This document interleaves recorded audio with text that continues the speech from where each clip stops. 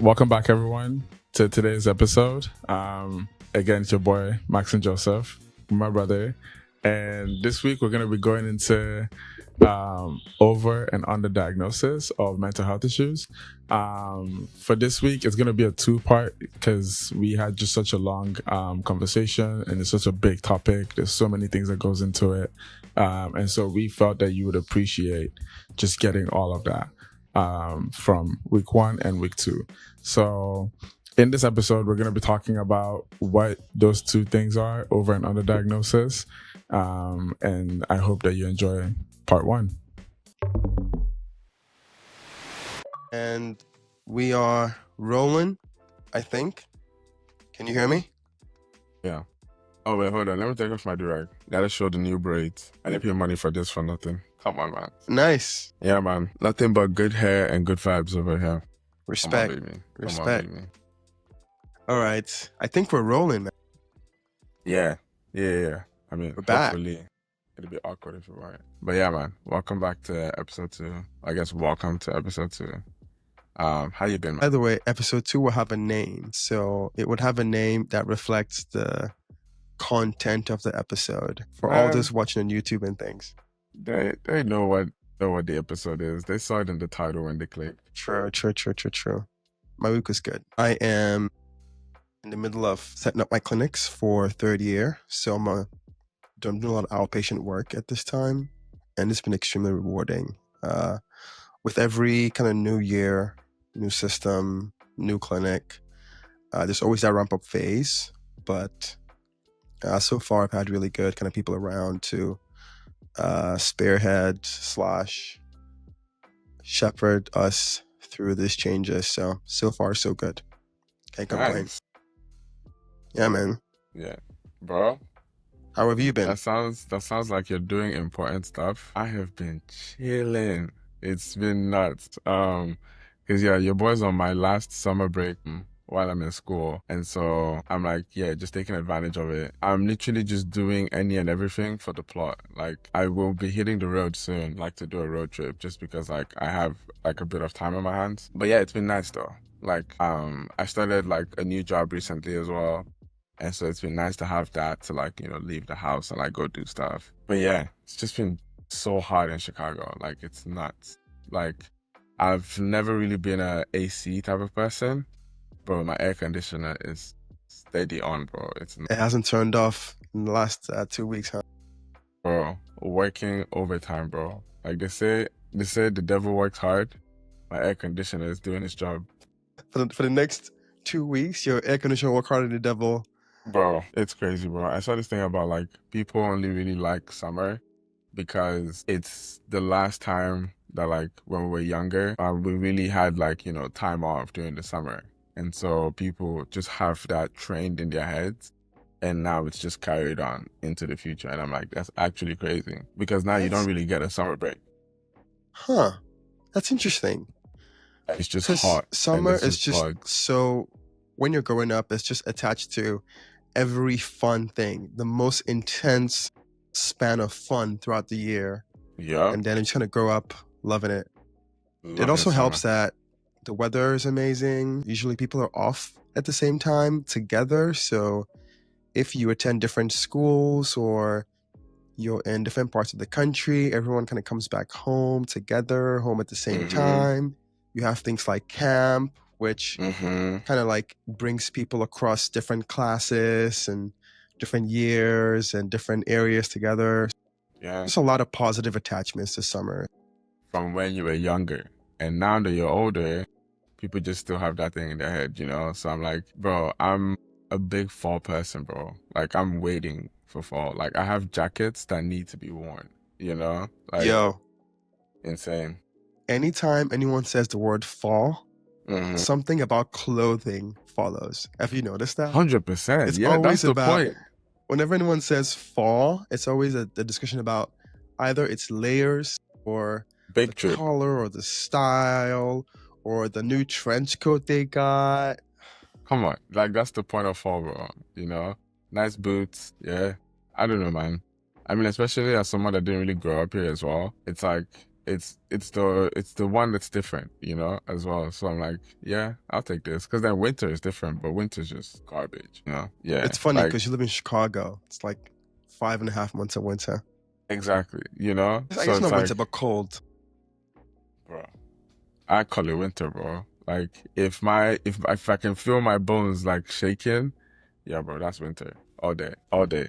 Because Chicago is ridiculous. Like, it's the wind. I mean, we all know this, but like every single year, it surprises you, like just how cold it actually gets. Like, you're like, yeah, I've lived in Chicago for like such a long time now, and this happens every year. But every year, people that have been in Chicago for 20 plus years, or like their whole 60-year life, they're like, it shocks you, man. It's insane. But then like, and then now also coming back to my attachment to the summer memories, but like summertime shy is amazing. Like, this heat is just, I mean, again, that's just global warming, you know, but like the heat has been nuts, man. It's been nuts. So, but anyways, that's been my week. We're gonna have to chop that, because I was just going on about like the weather in Chicago. It's so funny. I feel like the weather in Chicago is a huge talking point in Chicago.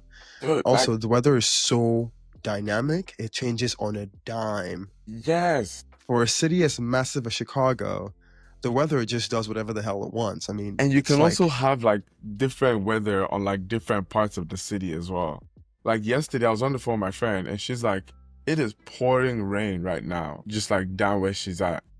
I'm over here, I'm like, it is sunny. Like, and that rain did not get here somehow. I'm like, how is this making sense, Chicago? Like, this is in the same 24 hours, you know? Like, you gotta always have a jacket with you, because you never know what's gonna happen. It's crazy. yeah, no, I agree. Chicago is a special place for many reasons, and one big one is the weather. Anyway, yeah. So good time in Chicago. Super warm. Your ace is working hard. And Yeah, then dude. summer memories are for everybody else but you. You're a fall guy. Noted. I feel like a lot of people are fall people. They just might be shy. I don't know. Why would they be Whatever. shy? I don't know, man. The summer people, they be aggressive about summer. Like, for me, it's either fall and spring. Like, spring is like, okay, yeah, you know, sun is back out. I'm feeling amazing. I've survived winter. But like the summertime though, especially again, global warming and climate change, it's been making things a lot worse. Anyways, we're not about to get into that conversation, because that's a whole different episode. I hear you. Like, the climate anxiety that people can have, or like anxiety from climate change, and like just the worsening of our ecosystem. Insane. I didn't know there was a diagnosis for that, but there is actually. The climate change episode. But then, speaking of it being a diagnosis, that's what we're talking about today. Segue King. That's true. Hey, you did it. Segue King. But no, yeah. So today, we're going to be talking about overdiagnosis and underdiagnosis of mental health conditions. What is it? How does it play out? And yeah, what does it look like?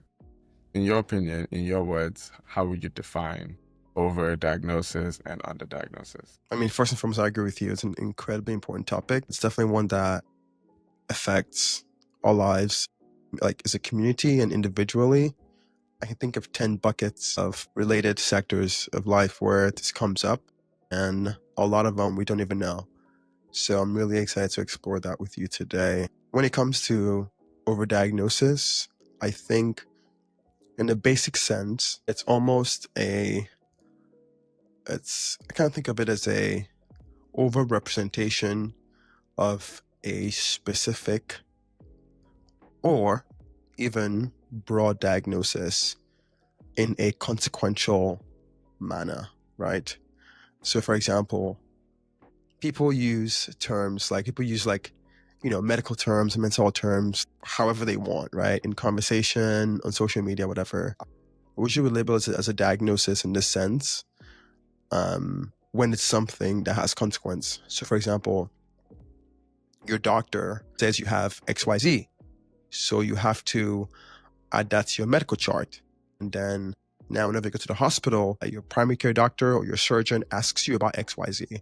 It affects what medications you take. It affects your accommodations at school, at work. It affects what you eat, where you go. Those are consequences. Similarly, in class, when your teacher says you're acting like XYZ. And even if it might not be a diagnosis from your doctor, if your teacher believes that diagnosis, whether it's a condition, it's an illness, it's a way of being, it's a personality disorder, if that statement has a consequence in your life, so in the way your teacher treats you, in the way that, in the way you get accommodations or not, in the way your friends approach you or talk to you, in the way opportunities are divvied up in your class, ultimately affecting your semester or your lifetime, then I think I would put that in the bucket of diagnosis. So I have a really kind of wonky way of looking at it. If it's a consequential thing, if it's a specific statement of illness or disease or a statement of being and it has consequences, then I put it in the overdiagnosis pile. Same with underdiagnosis. It's almost an absence of a illness state that's supposed to be there. So for example, if 10 people have, ADHD, for example, and only 2 are diagnosed, and those 2 people get the accommodations they need to succeed, or they get the accommodations that they need to prevail in a quote-unquote normal environment, then the remaining 8 people are going through life with this handicap that ultimately affects the way they're able to work, process information, and succeed in life. That's an underdiagnosis. So I kind of attach the idea of over and underdiagnosis to consequence. And once this consequence is attached, that's kind of how I frame it. But that's just me. Remember, this is my opinion. But yeah, what are your thoughts? Kind of similarly, it's the same thing pretty much, just I guess a lot more straightforward. Overdiagnosis is when just you're giving like pathology, or you're saying that something is a sickness when it necessarily may not be for this person, because you're just going based off of like whatever diagnostic system it is that you're like following, And underdiagnosis is when there is a pathology, there is like an illness, but it's not being addressed or it's not being identified for whatever reason, whether it's like the person hasn't been screened or they weren't screened properly, etc., so, or like the data was interpreted one way or another. And I think all of these steps are the points where like over and underdiagnosis start becoming an issue, because if one set of people are getting screened all the time, right, for one thing or another, you're going to have more people being identified as having one diagnosis or another, which now starts to influence the way people think about the diagnosis. For example, if you're screening more boys for ADHD because you believe that boys are the ones that are like, erratic and all of these things, right? Or like they're hyperactive and they're not paying attention in different ways, then you're going to identify that, okay, there are a lot of boys that have ADHD because those are the people that you're looking at. But then that may not necessarily mean that all of their behaviors are consistent with like having ADHD. Do you see what I'm saying?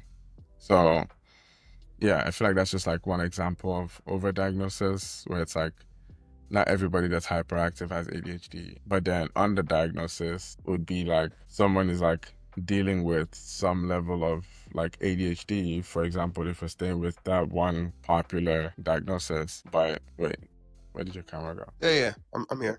Oh, okay, cool. If I turn it off, don't worry, just keep going. I'm probably just coughing or something. Okay, sounds good. Yeah, we'll clip that. For an example of underdiagnosis, that would be like, yeah, like people not being screened for ADHD because they've been like associated with not having ADHD. For example, like we're talking about earlier, girls not being screened for ADHD because people are like, oh, well, girls don't have ADHD. Super long answers to these things as well. Yeah, but it's for a reason, right? It's because these things they're complex, and as most people watching this or listening to this would know or understand, they're far-reaching, and these things have far-reaching consequences. That's why when you talk about them, it's almost like you have to touch 10 different points to do it any kind of measure of justice.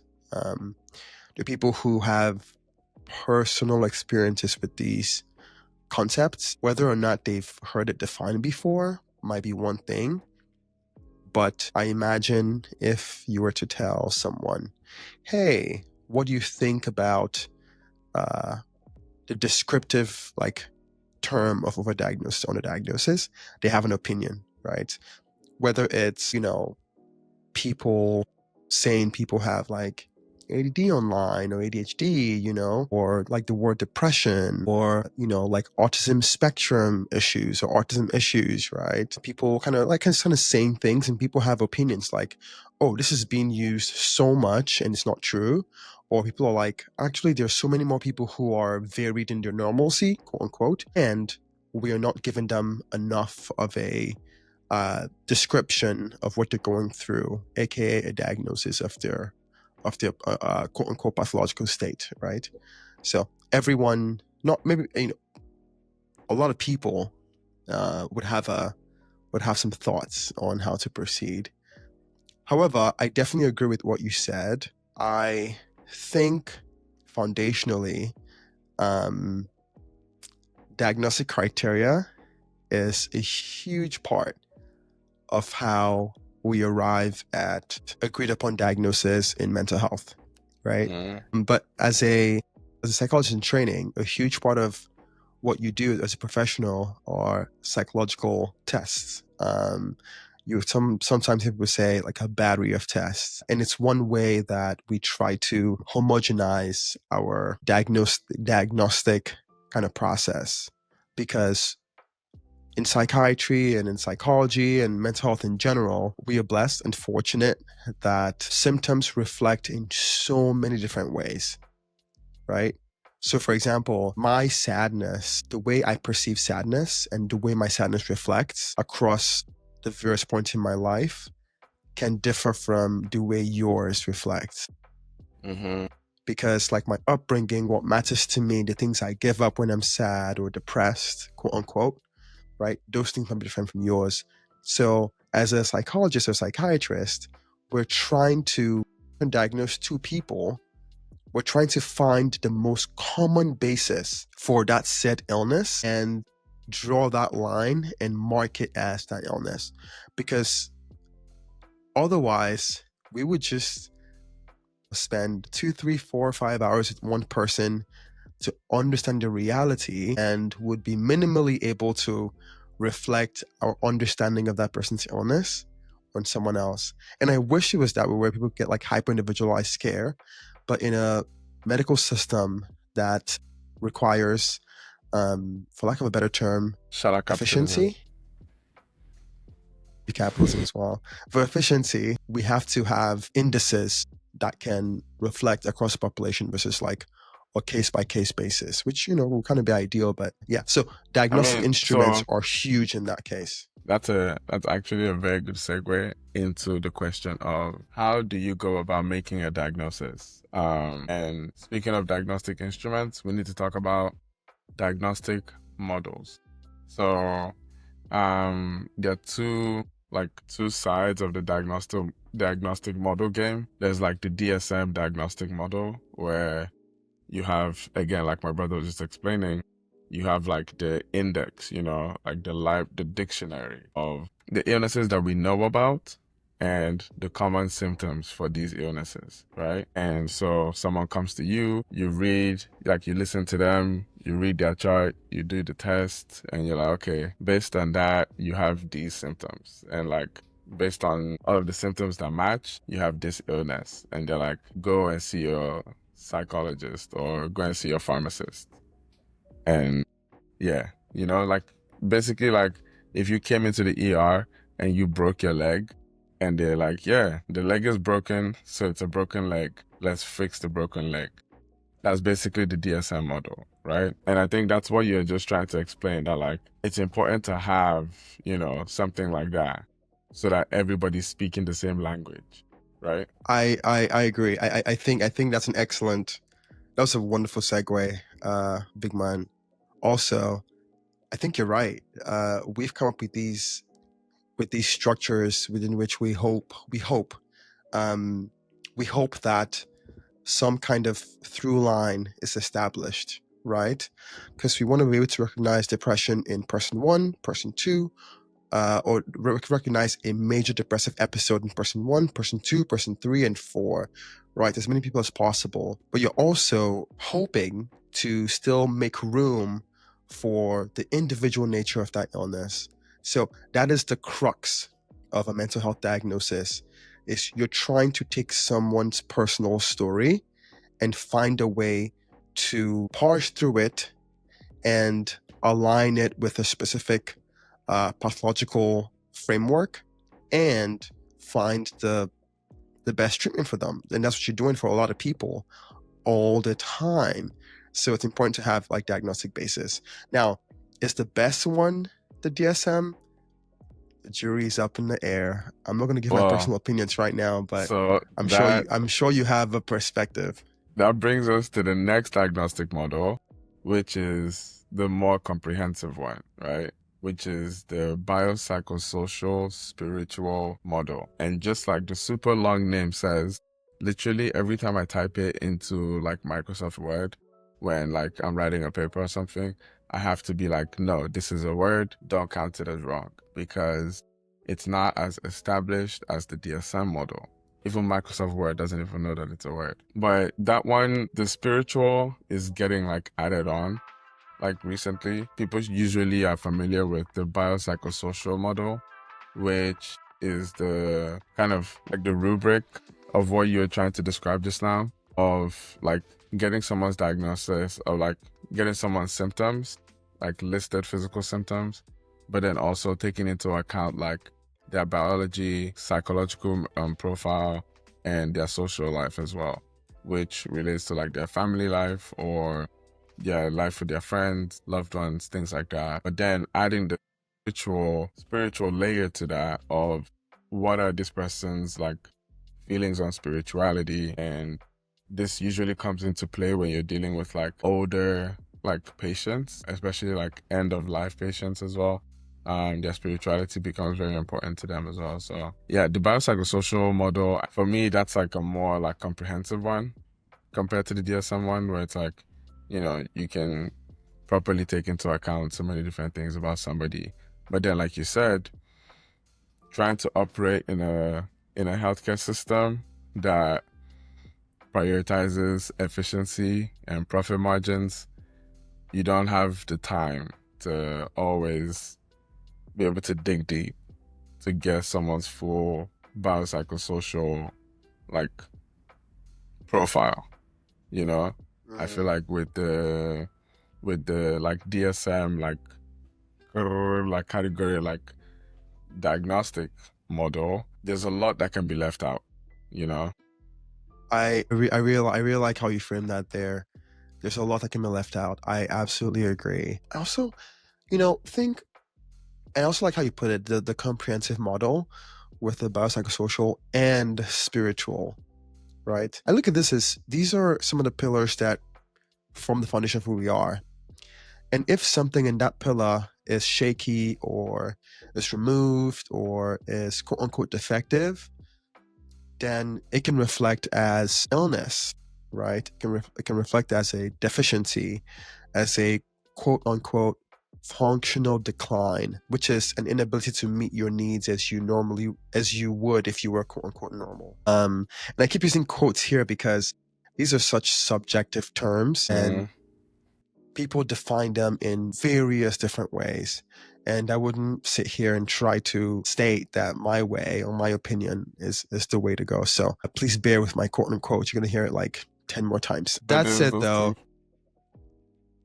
I agree. In real life. True, like hikey. I don't want to get crucified. This is only our second episode. Hey, man. Fact checkers will hit you like, that's actually not very real. I know. The best part though is we do have citations and we do have further readings in our descriptions. So hopefully you're interested, hopefully something that is something that interests you, definitely go down into the link in our description and you find papers, you find books that we recommend, you find articles that we think will be very helpful. depending for on what we further talk study on this about, topic. don't think that my video descriptions are going to become your new library. If we talk about it here, we'll link it below. If not, go and check Google Scholar for like stuff that's going on.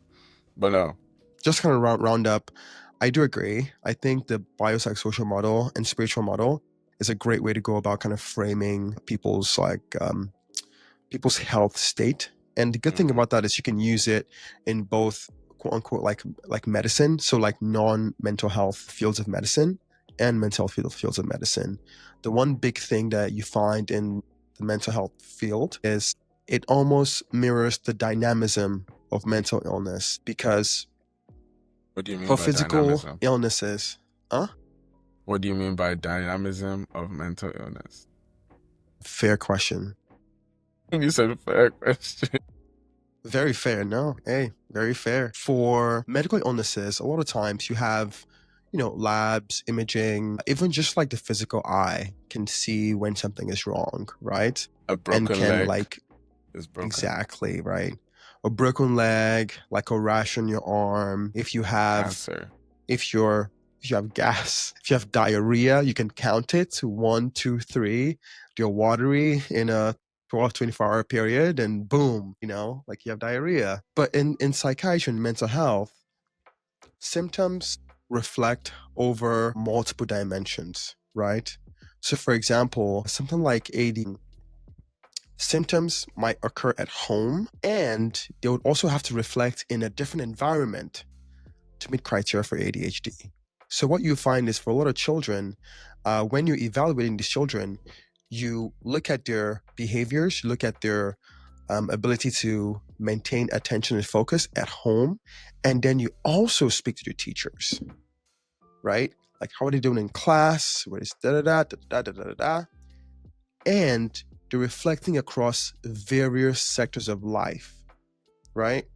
Also, something like depression, for example, someone who's depressed may be going to work every day, but they may stop hanging out with their childhood friends, right?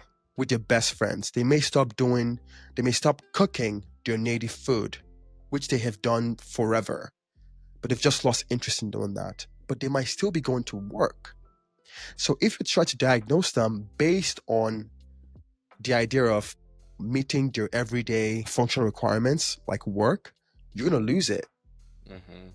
Because a huge part of major depressive disorder is a loss of interest in things that bring you joy and fulfillment, right? So you're seeing how we're leaving that multi-dimensional perspective is so key in mental health diagnosis and in the practice of mental health. You're looking across various sectors.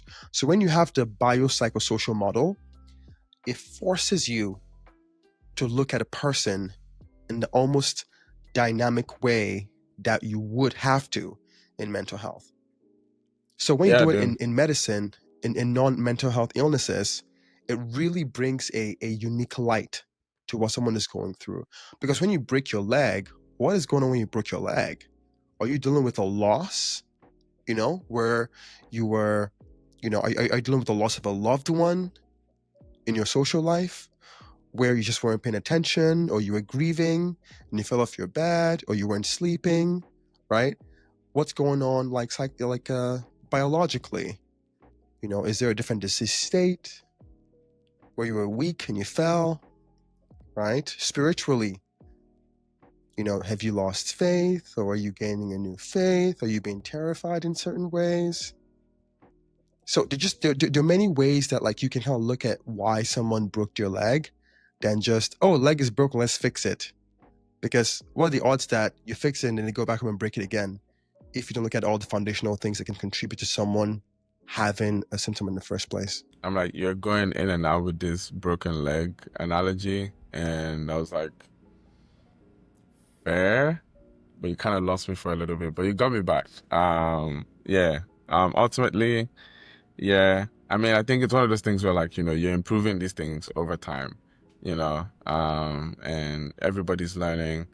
I think that's a big thing that a lot of like practitioners need to have, where it's like bro, just be humble, bro. Like at the end of the day, like you don't really know anybody, you know, like you're getting to know this person and you're getting to understand their situation. So don't be like too quick to rush to judgment. But I think for me personally, I think it comes down to the fact that we live in a system, or we're operating in a system where, like, again, like you said, there has to be that efficiency of like churning through people, either because like there aren't a lot of practitioners and so people are swamped all the time and they have like 200 patients to one person, or you just have like so many people that need help and it's like you're ultimately just going to just like try to run through them, for lack of a better word, you know, which I think gets to like our next point of like, how do you identify when overdiagnosis or underdiagnosis is happening? How do you think people should go about asking that question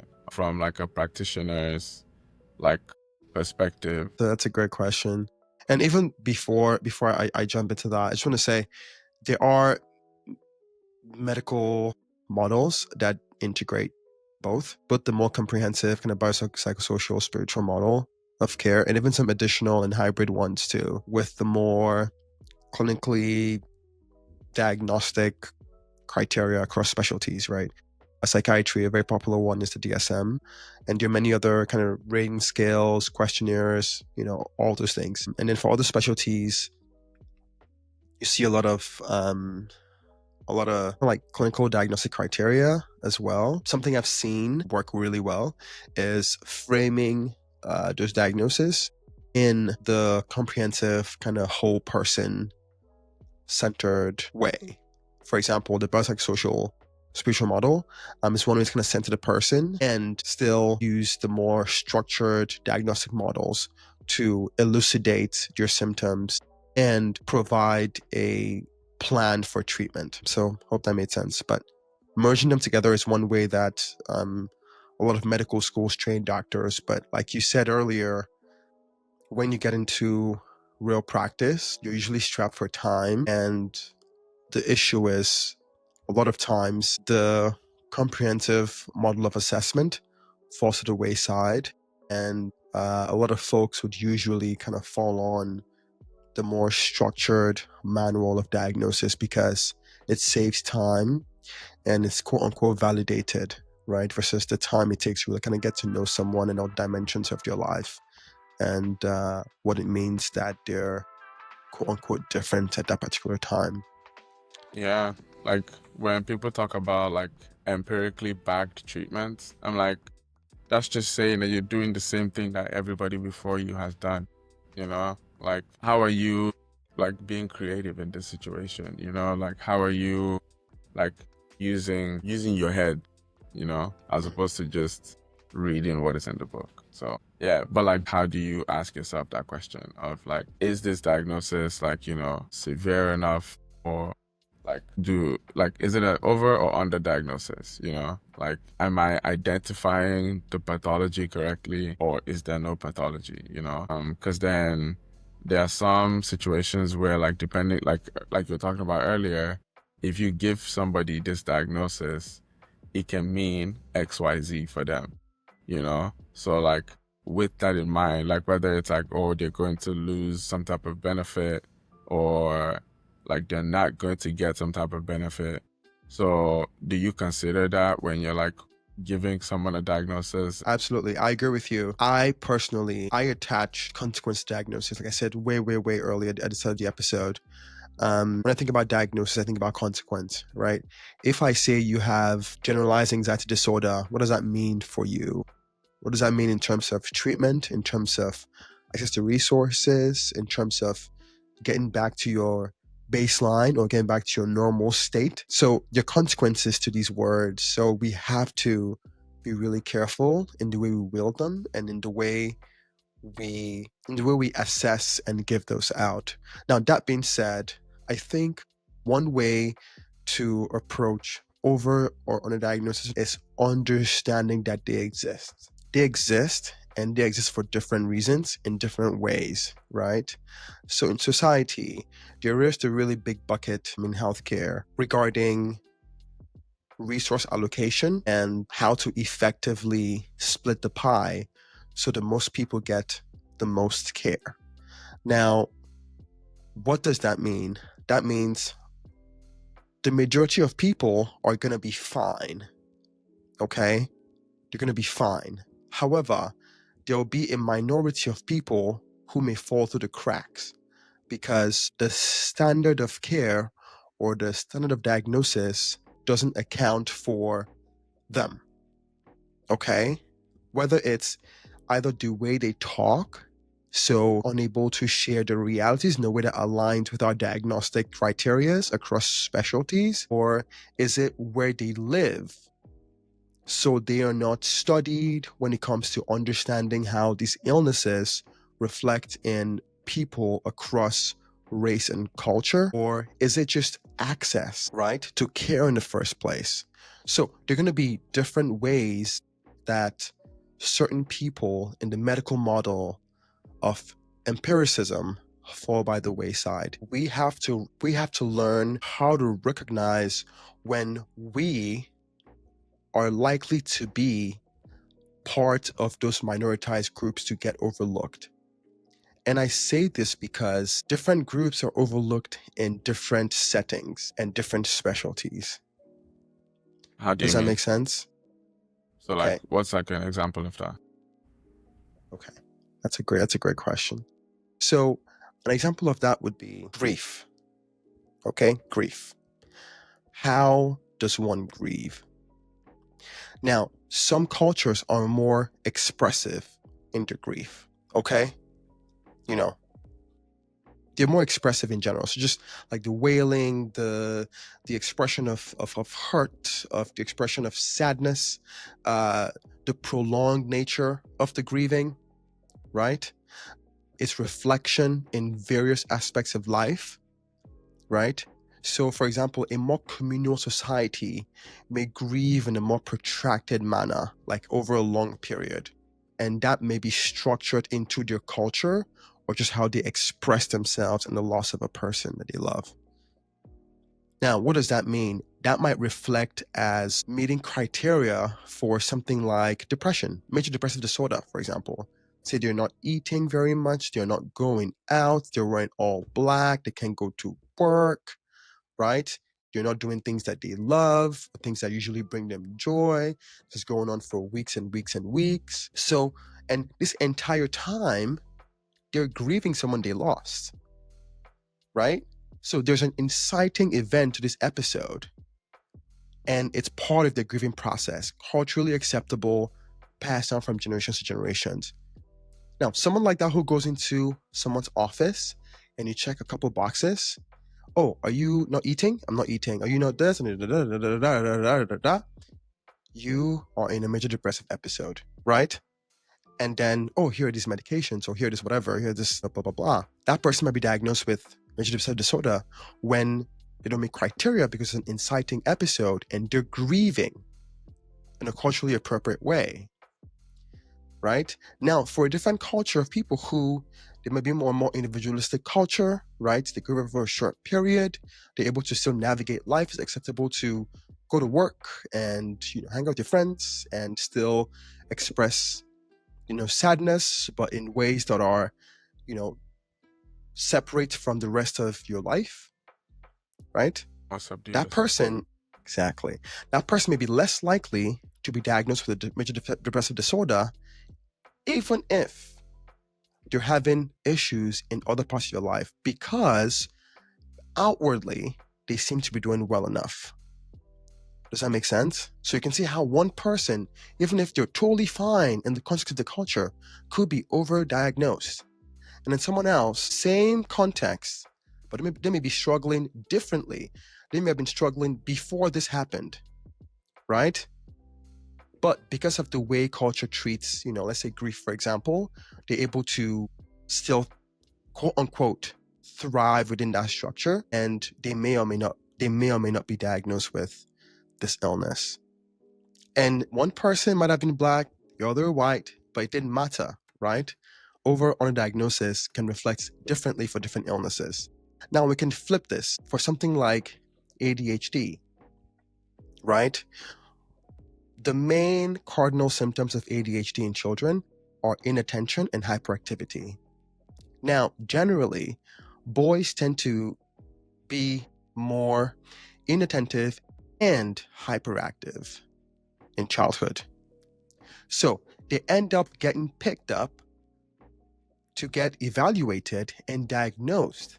Females, when they're younger, tend to showcase less of the hyperactivity. Now they do, but they tend to showcase that less than boys. So what you find is, and people have different reasons for why this happens. Some say girls and women get socialized to be quiet and sit still versus boys. And there are many other kind of schools of thought there. I'm not going to get into that for now. But in that case, you can see how, boys may be, diagnosed with this because people are looking out for those two things and willing to call them out at a higher clip, even if there isn't quite a clear distinction showing there's a massive, massive difference between the prevalence of ADHD in boys and girls. We can know that because one set of people are really just kind of getting picked up and diagnosed at a higher clip than the other. Does that make sense? So in different contexts, in different situations, right, you have just differential diagnostic structure to apply differently to different people. So the point I was trying to make way earlier is you have to understand where whether it's you're a parent who has a small child who's a girl, right, or a boy, or you're a person from a different culture in America, you have to understand where you're at risk of being in the minority in terms of certain diagnoses. Does that make sense? Because that differs for different groups. Yeah.